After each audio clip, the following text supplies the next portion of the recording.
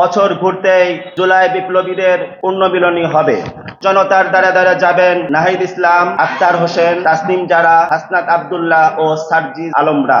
প্রথমেই 1971 সালের মহান মুক্তিযুদ্ধ থেকে শুরু করে 24শে জুলাই অভ্যুত্থানে স্বৈরাচার বিরোধী আন্দোলনের সকল শহীদকে জানাই গভীর শ্রদ্ধা। আপনারা সবাই অবগত আছেন, গণ অভ্যুত্থানের মাধ্যমে ফাঁসিবাদী প্রথার বিলোপ, কেসারের শেকড় থেকে শিখরে,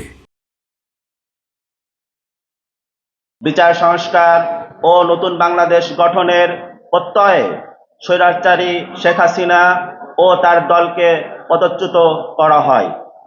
সেই পরিবর্তনের বার্তা, সংস্কার, জুলাই ঘোষণাপত্র প্রণয়ন, গুম খুন ও গণহত্যার বিচারের দাবিতে গণ অভ্যুত্থানের অগ্রসৈনিকেরা দেশ গঠনে জুলাই পদযাত্রা করছে, যার ধারাবাহিকতায় আগামী 11ই জুলাই জাতীয় নাগরিক পার্টি এনসিপি এর কেন্দ্রীয় নেতৃবৃন্দ পরিবর্তনের বার্তা নিয়ে খুলনাবাসীর সামনে উপস্থিত হবেন। সংগ্রামী খুলনাবাসী, 24শে জুলাই আগস্টে যে শিববাড়ি মোড় থেকে স্বৈরাচার বিরোধী আন্দোলনের স্ফুলিঙ্গ সারা খুলনায় ছড়িয়ে পড়েছিল, সেই শিববাড়ি মোড়ে বছর ঘুরতেই জুলাই বিপ্লবীদের পুনর্মিলনী হবে। কেসারের শেকড় থেকে শিখরে, নতুন বাংলাদেশ গঠনের বার্তা নিয়ে জনতার দ্বারে দ্বারে যাবেন নাহিদ ইসলাম, আখতার হোসেন, তাসনিম জারা, হাসনাত আব্দুল্লাহ ও সার্জিস আলমরা।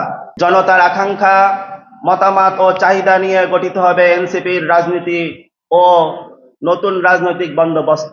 ইতিমধ্যে খুলনা জেলা এনসিপি জুলাই পদযাত্রাকে কেন্দ্র করে গণসংযোগ শুরু করেছে। আপনারা এই ঐতিহাসিক পদক্ষেপ ও নতুন বাংলাদেশ গড়ার বার্তাটি মানুষের মাঝে ছড়িয়ে দিতে আপনাদের পেশাগত দায়বদ্ধতা ও নৈতিক সহযোগিতা প্রদর্শন করবেন বলে আমরা দৃঢ়ভাবে আশাবাদী। 11ই জুলাই শুক্রবার বিকেল 5টা শিববাড়ি মোড় খুলনা, সন্ধ্যা 7টা পিপলস মোড় খালিশপুর। ধন্যবাদ।